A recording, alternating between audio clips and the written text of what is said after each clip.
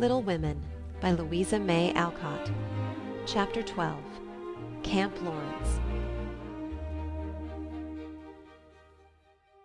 Beth was postmistress, for being most at home she could attend to it regularly, and dearly liked the daily task of unlocking the little door and distributing the mail. One July day she came in with her hands full, and went about the house leaving letters and parcels like the penny post. "Here's your posy, mother. Laurie never forgets that," she said, putting the fresh nosegay in the vase that stood in Marmee's corner and was kept supplied by the affectionate boy. "Miss Meg March. One letter and a glove," continued Beth, delivering the articles to her sister, who sat near her mother stitching wristbands. "Why, I left a pair over there, and here is only one," said Meg, looking at the grey cotton glove. "Didn't you drop the other in the garden?" "No, I'm sure I didn't, for there was only one in the office." "I hate to have odd gloves. Never mind, the other may be found. My letter is only a translation of the German song I wanted. I think Mr. Brooke did it, for this isn't Laurie's writing." Mrs. March glanced at Meg, who was looking very pretty in her gingham morning gown, with the little curls blowing about her forehead, and very womanly, as she sat sewing at her little work-table, full of tidy white rolls, so unconscious of the thought in her mother's mind as she sewed and sang, while her fingers flew and her thoughts were busied with girlish fancies as innocent and fresh as the pansies in her belt, that Mrs. March smiled and was satisfied. "2 letters for Dr. Joe, a book, and a funny old hat, which covered the whole post-office and stuck outside," said Beth, laughing as she went into the study where Joe sat writing. "What a sly fellow Laurie is! I said I wished bigger hats were the fashion, because I burn my face every hot day. He said, 'Why mind the fashion? Wear a big hat and be comfortable.' I said I would if I had one, and he has sent me this to try me. I'll wear it for fun, and show him I don't care for the fashion." And hanging the antique broad brim on a bust of Plato, Jo read her letters. One from her mother made her cheeks glow and her eyes fill, for it said to her, "My dear, I write a little word to tell you with how much satisfaction I watch your efforts to control your temper. You say nothing about your trials, failures, or successes, and think perhaps that no one sees them but the friend whose help you daily ask, if I may trust the well-worn cover of your guide-book. I, too, have seen them all, and heartily believe in the sincerity of your resolution, since it begins to bear fruit. Go on, dear, patiently and bravely, and always believe that no one sympathizes more tenderly with you than your loving mother." "That does me good. That's worth millions of money and pecks of praise. Oh, Marmee, I do try. I will keep on trying and not get tired, since I have you to help me." Laying her head on her arms, Jo wet her little romance with a few happy tears, for she had thought that no one saw and appreciated her efforts to be good, and this assurance was doubly precious, doubly encouraging, because unexpected, and from the person whose commendation she most valued.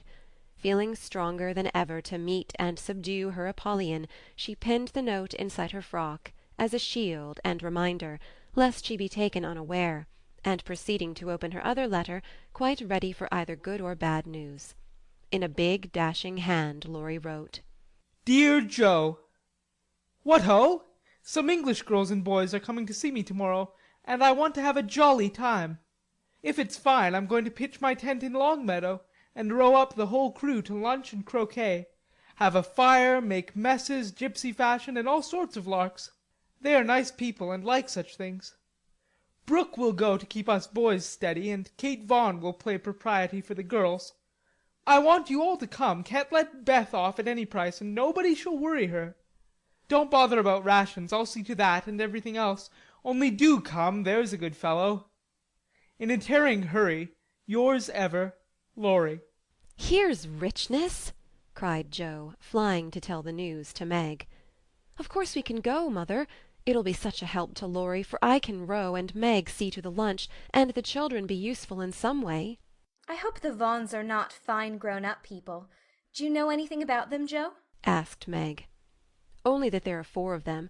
Kate is older than you, Fred and Frank, twins, about my age, and a little girl, Grace, who is 9 or 10. Laurie knew them abroad and liked the boys. I fancied, from the way he primmed up his mouth in speaking of her, that he didn't admire Kate much." I'm so glad my French print is clean. It's just the thing, and so becoming," observed Meg complacently. "Have you anything decent, Joe?" "Scarlet and grey boating suit. Good enough for me. I shall row and tramp about, so I don't want any starch to think of. You'll come, Betty?" If you won't let any boys talk to me. "Not a boy." I like to please Laurie. And I'm not afraid of Mr. Brooke. He's so kind. But I don't want to play or sing or say anything. I'll work hard and not trouble anyone, and you'll take care of me, Joe. So I'll go." "That's my good girl. You do try to fight off your shyness, and I love you for it. Fighting faults isn't easy, as I know, and a cheery word gives a kind of lift. Thank you, mother." And Joe gave the thin cheek a grateful kiss, more precious to Mrs. March than if it had given back the rosy roundness of her youth. "I had a box of chocolate drops, and the picture I wanted to copy," said Amy, showing her mail. "And I got a note from Mr. Laurence, asking me to come over and play to him tonight, before the lamps are lighted. And I shall go," added Beth, whose friendship with the old gentleman prospered finely. "Now let's fly round and do double duty to-day, so that we can play to-morrow with free minds," said Joe, preparing to replace her pen with a broom. When the sun peeped into the girls' room next morning to promise them a fine day, he saw a comical sight. Each had made such preparation for the fete as seemed necessary and proper. Meg had an extra row of little curl-papers across her forehead. Joe had copiously anointed her afflicted face with cold cream. Beth had taken Joanna to bed with her to atone for the approaching separation, and Amy had capped the climax by putting a clothespin on her nose to uplift the offending feature. It was one of the kind artists use to hold the paper on their drawing-boards, therefore quite appropriate and effective for the purpose it was now being put. This funny spectacle appeared to amuse the son, for he burst out with such radiance that Joe woke up and roused her sisters by a hearty laugh at Amy's ornament. Sunshine and laughter were good omens for a pleasure party, and soon a lively bustle began in both houses. Beth, who was ready first, kept reporting what went on next door, and enlivened her sisters' toilets by frequent telegrams from the window. "There goes the man with the tent. I see Mrs. Barker doing up the lunch in a hamper and a great basket. Now Mr. Laurence is looking up at the sky and the weathercock. I wish he would go too. There's Laurie, looking like a sailor, nice boy. Oh, mercy me, here's a carriage full of people, a tall lady, a little girl, and two dreadful boys.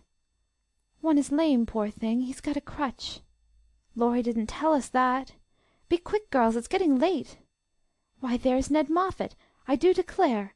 Meg, isn't that the man who bowed to you one day when we were shopping?" "So it is. How queer that he should come. I thought he was at the mountains. There is Sally. I'm glad she got back in time. Am I all right, Joe?" cried Meg in a flutter. "A regular daisy. Hold up your dress and put your hat on straight. It looks sentimental tipped that way, and will fly off at the first puff. Now then, come on." "Oh, Joe, you are not going to wear that awful hat. It's too absurd. You shall not make a guy of yourself," remonstrated Meg, as Joe tied down with a red ribbon the broad-brimmed, old-fashioned leghorn Laurie had sent for a joke. "I just will, though, for it's capital, so shady, light, and big. It will make fun, and I don't mind being a guy if I'm comfortable." With that Joe marched straight away, and the rest followed, a bright little band of sisters, all looking their best in summer suits, with happy faces under jaunty hat-brims. Laurie ran to meet and present them to his friends in the most cordial manner. The lawn was the reception-room, and for several minutes a lively scene was enacted there. Meg was grateful to see that Miss Kate, though 20, was dressed with a simplicity which American girls would do well to imitate, and who was much flattered by Mr. Ned's assurances that he came especially to see her. Joe understood why Laurie primmed up his mouth when speaking of Kate, for that young lady had a stand-off, don't-touch-me air which contrasted strongly with the free and easy demeanour of the other girls. Beth took an observation of the new boys, and decided that the lame one was not dreadful, but gentle and feeble, and she would be kind to him on that account. Amy found Grace a well-mannered, merry little person, and after staring dumbly at one another for a few minutes, they suddenly became good friends. Tents, lunch, and croquet utensils having been sent on beforehand, the party was soon embarked, and the two boats pushed off together, leaving Mr. Laurence waving his hat on the shore. Laurie and Joe rowed one boat, Mr. Brooke and Ned the other, while Fred Vaughn, the riotous twin, did his best to upset both by paddling about in a wherry like a disturbed water-bug. Joe's funny hat deserved a vote of thanks, for it was of general utility. It broke the ice in the beginning by producing a laugh. It created quite a refreshing breeze, flapping to and fro as she rowed, and would make an excellent umbrella for the whole party, if a shower came up, she said. Miss Kate decided that she was odd, but rather clever, and smiled upon her from afar. Meg, in the other boat, was delightfully situated, face to face with the rowers, who both admired the prospect and feathered their oars with uncommon skill and dexterity. Mr. Brooke was a grave, silent young man, with handsome brown eyes and a pleasant voice. Meg liked his quiet manners, and considered him a walking encyclopaedia of useful knowledge. He never talked to her much, but he looked at her a good deal, and she felt sure that he did not regard her with aversion. Ned, being in college, of course put on all the airs which freshmen think it their bounden duty to assume.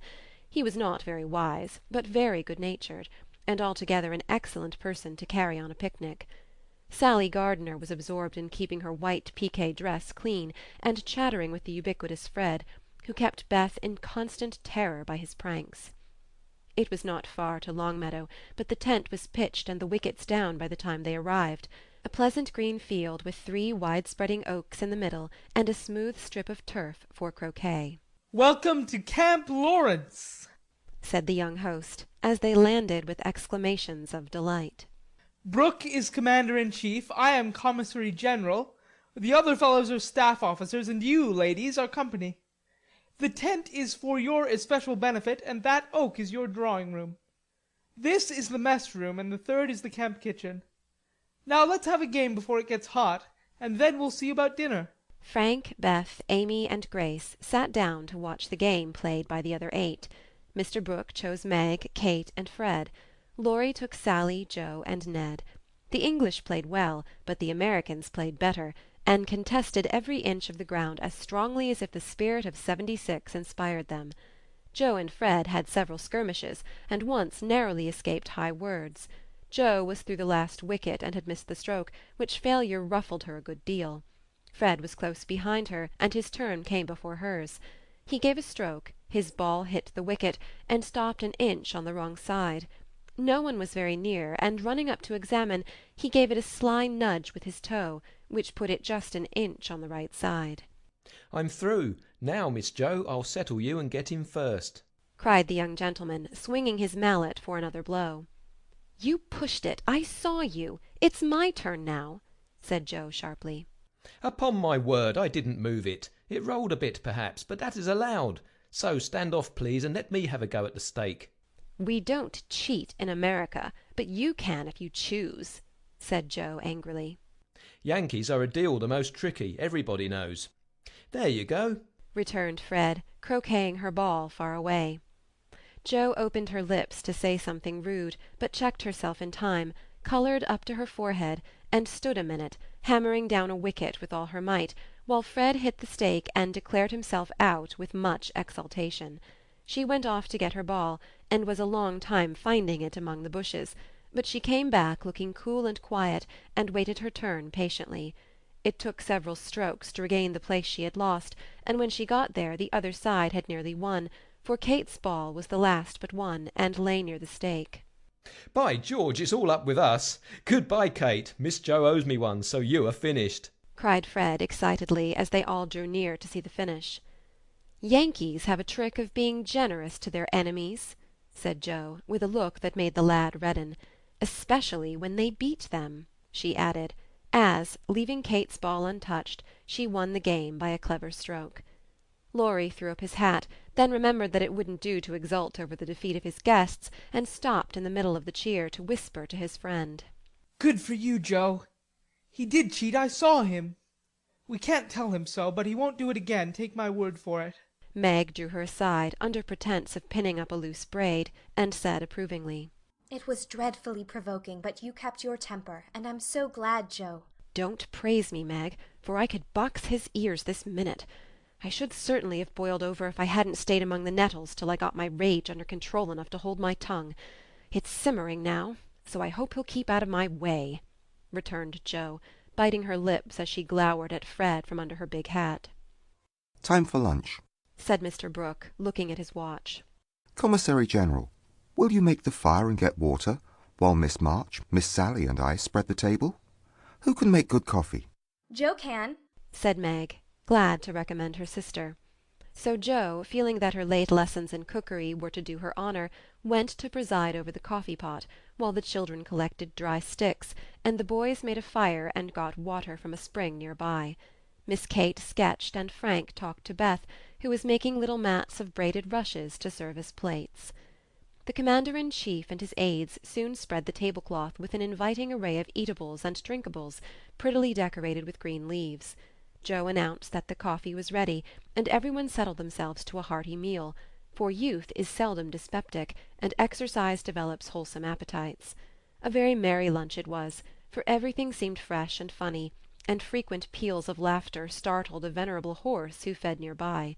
There was a pleasing inequality in the table, which produced many mishaps to cups and plates. Acorns dropped in the milk, little black ants partook of the refreshments without being invited, and fuzzy caterpillars swung down from the tree to see what was going on. 3 white-headed children peeped over the fence, and an objectionable dog barked at them from the other side of the river with all his might and main. There's salt there, said Laurie, as he handed Joe a saucer of berries. "Thank you, I prefer spiders," she replied, fishing up 2 little unwary ones who had gone to a creamy death. "How dare you remind me of that horrid dinner-party, when yours is so nice in every way?" added Joe, as they both laughed and ate out of one plate, the china having run short. I had an uncommonly good time that day, and haven't got over it yet. This is no credit to me, you know. I don't do anything. It's you and Meg and Brooke who make it all go, and I'm no end obliged to you. What shall we do when we can't eat any more?" asked Laurie, feeling that his trump-card had been played when lunch was over. "Have games till it's cooler. I brought authors, and I dare say Miss Kate knows something new and nice. Go ask her. She's company, and you ought to stay with her more." Aren't you company too? I thought she'd suit Brooke, but he keeps talking to Meg, and Kate just stares at them through that ridiculous glass of hers. I'm going, so you needn't try to preach propriety, for you can't do it, Joe. Miss Kate did know several games, and as the girls would not, and the boys could not, eat any more, they all adjourned to the drawing-room to play rigmarole.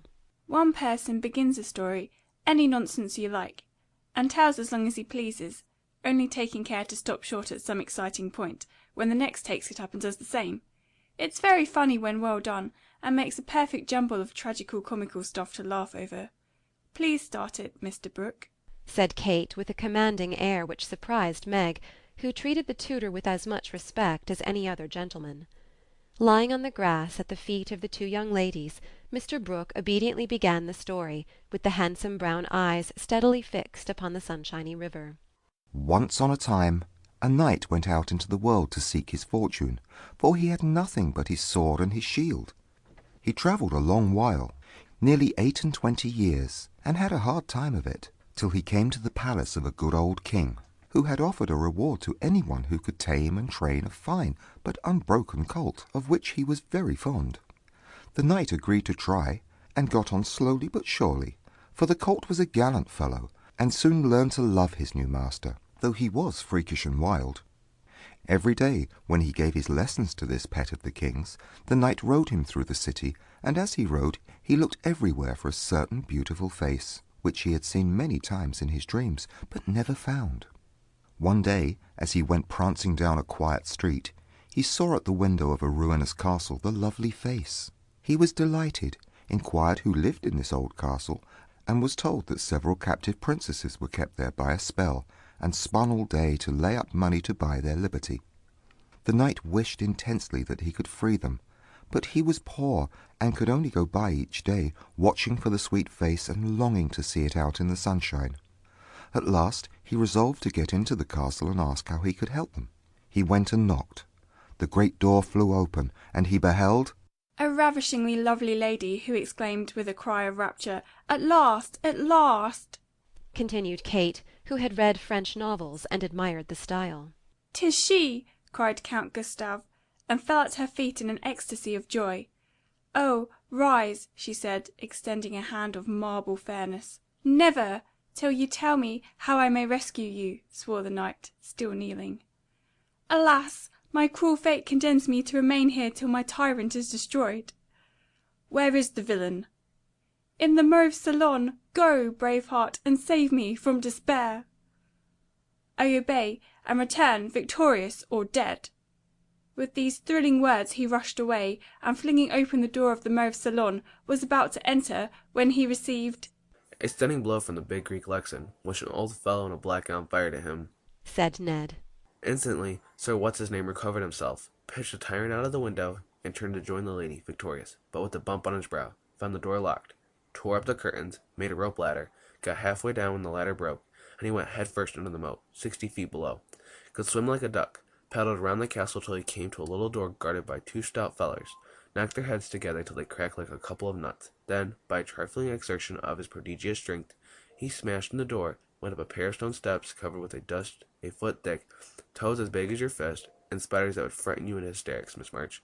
At the top of these steps he came plump upon a sight that took his breath away and chilled his blood. A tall figure all in white, with a veil over its face and a lamp in its wasted hand, went on Meg. It beckoned, gliding noiselessly before him down a corridor as dark and cold as any tomb. Shadowy effigies in armor stood on either side, a dead silence reigned, the lamp burned blue, and the ghostly figure ever and anon turned its face toward him, showing the glitter of awful eyes through its white veil. They reached a curtained door, behind which sounded lovely music. He sprang forward to enter, but the spectre plucked him back, and waved threateningly before him a "Snuff-box," said Joe, in a sepulchral tone which convulsed the audience. "Thank'ee," said the knight politely, as he took a pinch and sneezed 7 times so violently that his head fell off. "Ha! ha!" laughed the ghost, and having peeped through the keyhole at the princess's spinning away for dear life, the evil spirit picked up her victim and put him in a large tin box, where there were 11 other knights packed together without their heads, like sardines, who all rose and began to "Dance a hornpipe," cut in Fred, as Joe paused for breath. And as they danced, the rubbishy old castle turned to a man-of-war in full sail.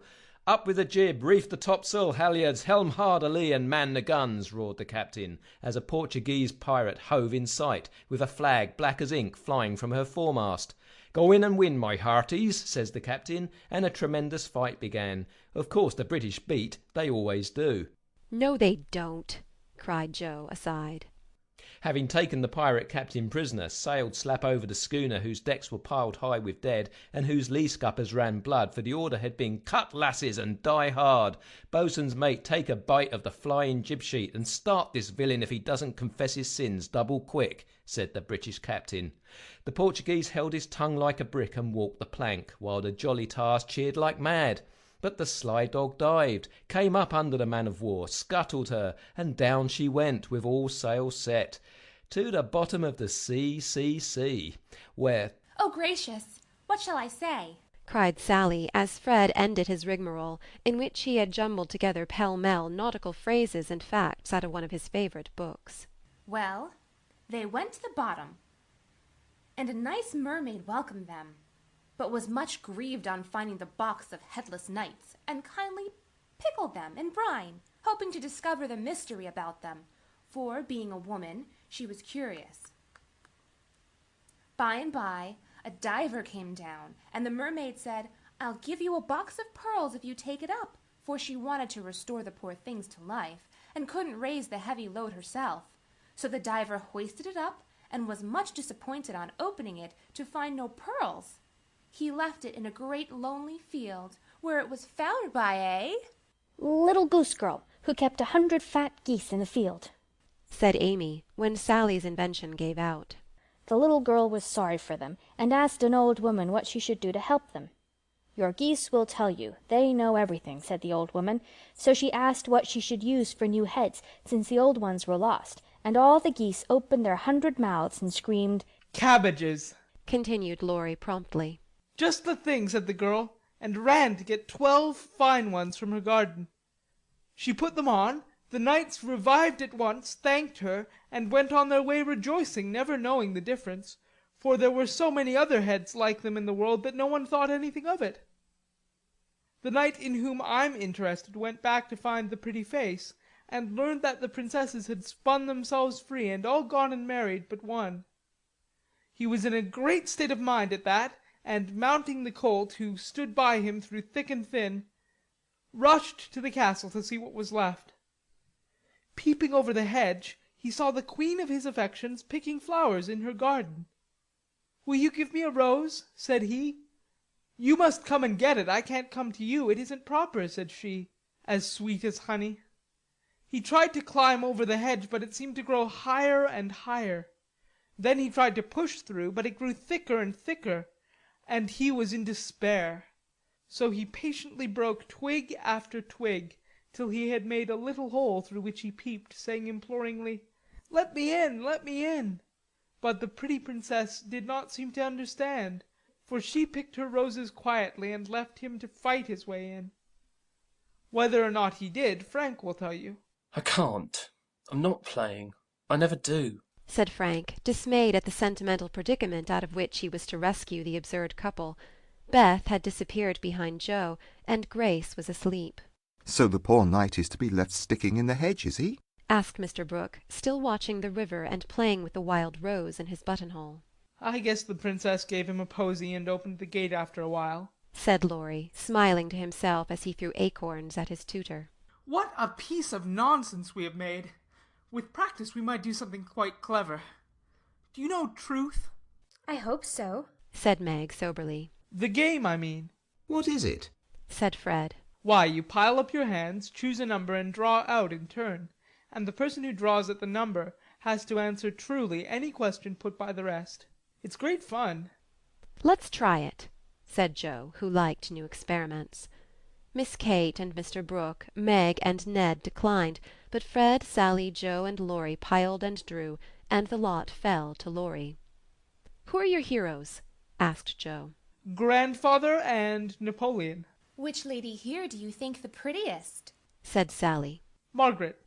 Which do you like best? From Fred. "Joe, of course." "What silly questions you ask!" And Joe gave a disdainful shrug as the rest laughed at Laurie's matter-of-fact tone. Try again. Truth isn't a bad game," said Fred. "It's a very good one for you," retorted Joe in a low voice. Her turn came next.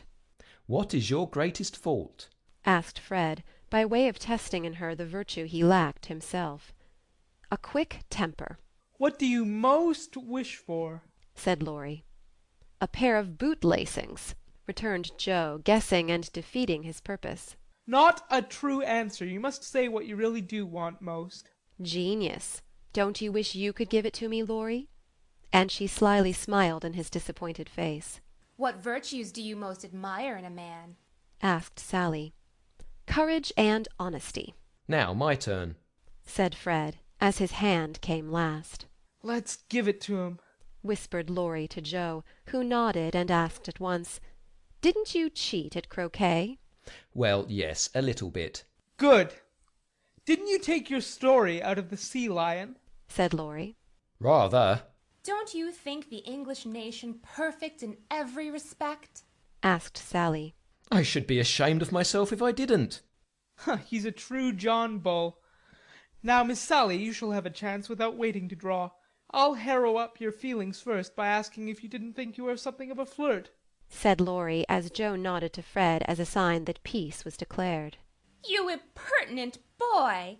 Of course I'm not, exclaimed Sally, with an air that proved the contrary. What do you hate most? asked Fred. Spiders and rice pudding. What do you like best? asked Joe. Dancing and French gloves. Well, I think truth is a very silly play. Let's have a sensible game of authors to refresh our minds, proposed Joe. Ned, Frank, and the little girls joined in this, and while it went on, the three elders sat apart talking. Miss Kate took out her sketch again, and Margaret watched her, while Mr. Brooke lay on the grass with a book which he did not read. How beautifully you do it! I wish I could draw, said Meg, with mingled admiration and regret in her voice. Why don't you learn? I should think you had taste and talent for it, replied Miss Kate graciously. I haven't time. Your mamma prefers other accomplishments, I fancy. So did mine, but I proved to her that I had talents by taking a few lessons privately, and then she was quite willing I should go on. Can't you do the same with your governess? I have none. I forgot young ladies in America go to school more than with us. Very fine schools they are too, papa says. You go to a private one, I suppose? I don't go at all. I am a governess myself. Oh, indeed, said Miss Kate, but she might as well have said, dear me, how dreadful, for her tone implied it, and something in her face made Meg colour and wish she had not been so frank. Mr. Brooke looked up and said quickly, Young ladies in America love independence as much as their ancestors did, and are admired and respected for supporting themselves. Oh, yes, of course it's very nice and proper in them to do so. We have many most respectable and worthy young women who do the same, and are employed by the nobility, because, being the daughters of gentlemen, they are both well bred and accomplished, you know, said Miss Kate in a patronizing tone that hurt Meg's pride, and made her work seem not only more distasteful, but degrading. Did the German song suit Miss March? inquired Mr. Brooke, breaking an awkward pause. Oh, yes, it was very sweet, and I'm much obliged to whoever translated it for me. And Meg's downcast face brightened as she spoke. Don't you read German? asked Miss Kate with a look of surprise. Not very well. My father who taught me is away, and I don't get on very fast alone, for I've no one to correct my pronunciation. Try a little now. Here is Schiller's Mary Stuart, and a tutor who loves to teach. And Mr. Brooke laid his book on her lap with an inviting smile. It's so hard I'm afraid to try, said Meg, grateful, but bashful in the presence of the accomplished young lady beside her. I'll read a bit to encourage you. And Miss Kate read one of the most beautiful passages in a perfectly correct but perfectly expressionless manner. Mr. Brooke made no comment as she returned the book to Meg, who said innocently, I thought it was poetry. Some of it is. Try this passage. There was a queer smile about Mr. Brooke's mouth as he opened at poor Mary's lament. Meg, obediently following the long grass-blade which her new tutor used to point with, read slowly and timidly, unconsciously making poetry of the hard words by the soft intonation of her musical voice. Down the page went the green guide, and presently, forgetting her listener in the beauty of the sad scene, Meg read as if alone, giving a little touch of tragedy to the words of the unhappy queen.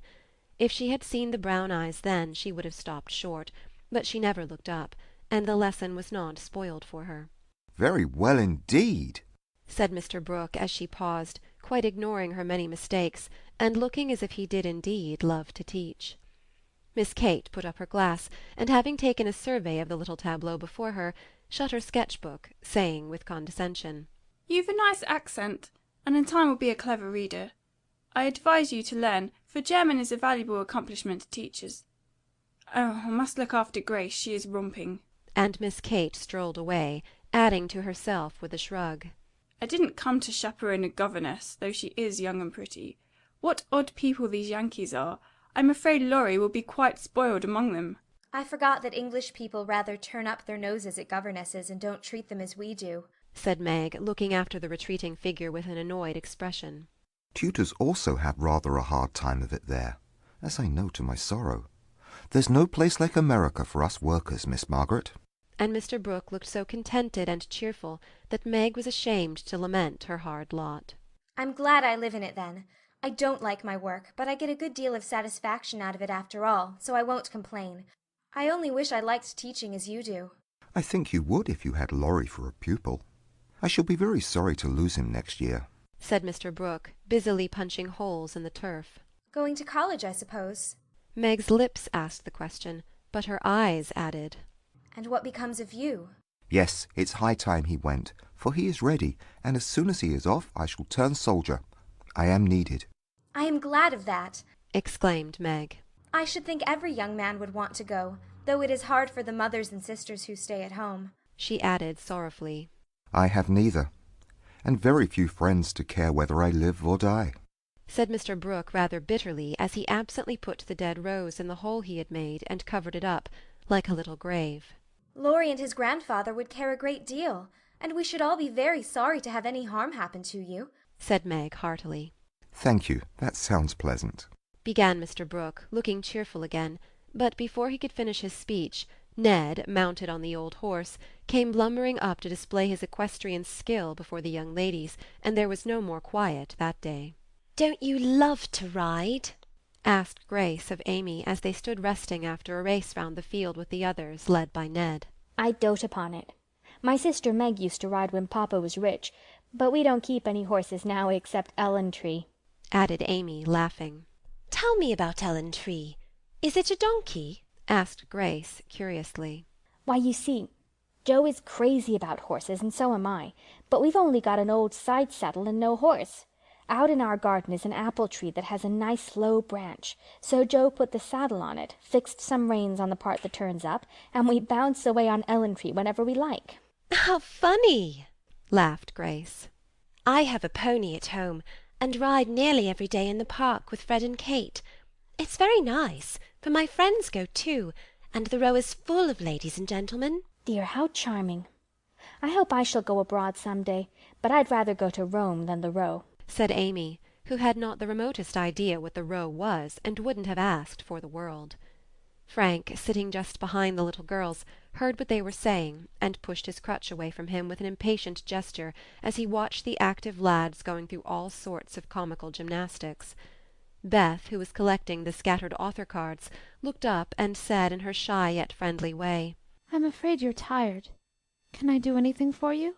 Talk to me, please. It's dull sitting by myself," answered Frank, who had evidently been used to being made much of at home.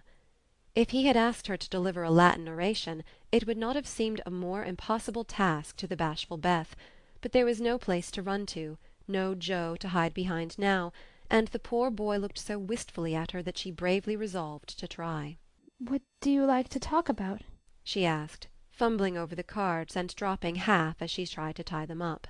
"Well, I like to hear about cricket and boating and hunting," said Frank, who had not yet learned to suit his amusements to his strength. "My heart! What shall I do? I don't know anything about them," thought Beth, and forgetting the boy's misfortune in her flurry, she said, hoping to make him talk, "I never saw any hunting, but I suppose you know all about it."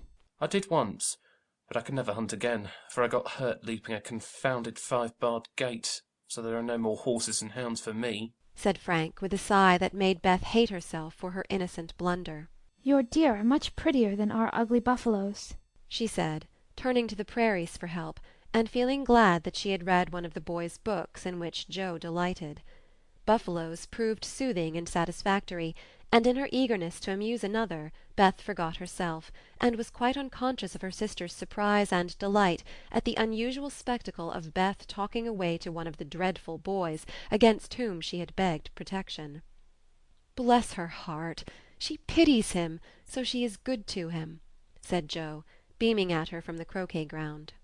"I always said she was a little saint," added Meg, as if there could be no further doubt of it. "I haven't heard Frank laugh so much for ever so long," said Grace to Amy as they sat discussing dolls and making tea-sets out of the acorn cups. "My sister Beth is a very fastidious girl when she likes to be," said Amy, well pleased at Beth's success. She meant fascinating, but as Grace didn't know the exact meaning of either word, fastidious sounded well and made a good impression. An impromptu circus, fox and geese, and an amicable game of croquet finished the afternoon. At sunset the tent was struck, hampers packed, wickets pulled up, boats loaded, and the whole party floated down the river, singing at the tops of their voices. Ned, getting sentimental, warbled a serenade with the pensive refrain, "Alone, alone, ah, woe alone," and at the lines, "We are each young, we each have a heart. Oh, why should we stand this coldly apart?" He looked at Meg with such a lackadaisical expression that she laughed outright and spoiled his song. "How can you be so cruel to me?" he whispered, under cover of a lively chorus. "You've kept close to that starched-up Englishwoman all day, and now you snub me." "I didn't mean to, but you looked so funny I really couldn't help it," replied Meg, passing over the first part of his reproach, for it was quite true that she had shunned him, remembering the Moffatt party and the talk after it. Ned was offended, and turned to Sally for consolation, saying to her rather pettishly, "There isn't a bit of flirt in that girl, is there?" Not a particle, but she's a dear," returned Sally, defending her friend even while confessing her shortcomings. She's not a stricken dear anyway, said Ned, trying to be witty, and succeeding as well as very young gentlemen usually do. On the lawn where it had gathered, the little party separated with cordial good-nights and good-byes, for the Vaughans were going to Canada. As the four sisters went home through the garden, Miss Kate looked after them, saying, without the patronizing tone in her voice, In spite of their demonstrative manners, American girls are very nice when one knows them. I quite agree with you, said Mr. Brooke. End of chapter 12.